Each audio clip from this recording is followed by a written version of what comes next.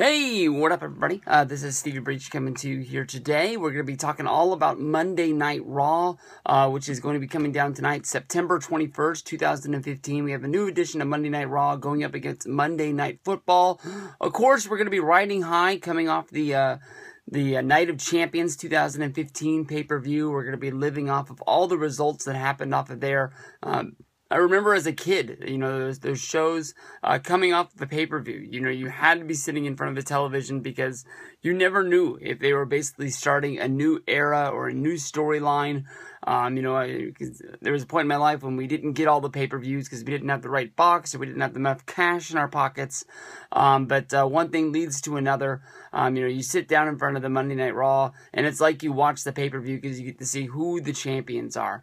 One of the big matches that happened last night with Seth Rollins going up against John Cena for the United States Championship. In this match, Cena was able to pin Rollins and regain, his U.S. Championship. This is a belt that he won at WrestleMania 31, battling Rusev, and from there on out, John Cena started the Open Challenge.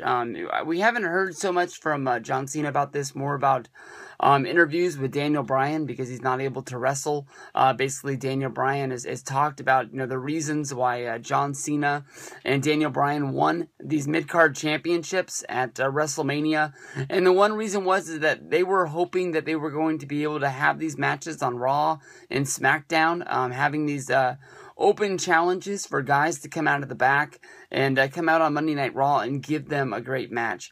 Now with John Cena, since he started the open challenge, we've seen matches with John Cena on Monday Night Raw against like Dean Ambrose, Neville, Stardust, Sami Zayn, most of these guys coming real close to beating John Cena, and as everybody knows, especially Kevin Owens, getting a win over John Cena is a real kick in the pants to your career. It really helps you out. It really puts you in the limelight of like looking like you're a big major star. I remember when Cena was doing these United States Open challenges, the story was always who is going to be the guy who beats Cena, because this is going to be a big career opportunity for them, as finally being the guy to take this mid-card championship off of there. Definitely Cena is taking a new role with the company, where he's going to be more of a mid-carder, taking a backseat role, but he's able to live off of that John Cena name that they've made over the last 10 years, as the guy who's able to beat anybody in the company. And definitely, if they need a real shock to the system, you can plug John Cena into a main event at any time. And he's a guy that's still going to be able to sell tickets, and he's still going to be able to move the reader. Now, with this promo that he did on WWE.com after winning the United States Challenge, basically he was asked if he was going to be doing the United States Open Challenge. Cena said that the U.S. Challenge is being reinstated tonight, and I would love to see. We never know who's going to come out of the back, whether if it's a superstar that we haven't seen in a while, whether if it's like a guy like Zack Ryder, or if it's a NXT newcomer like Sami Zayn. All we know is that it's fun to see John Cena wrestle, especially when it's a meaningful match on Monday Night Raw, even if it's not in the main event.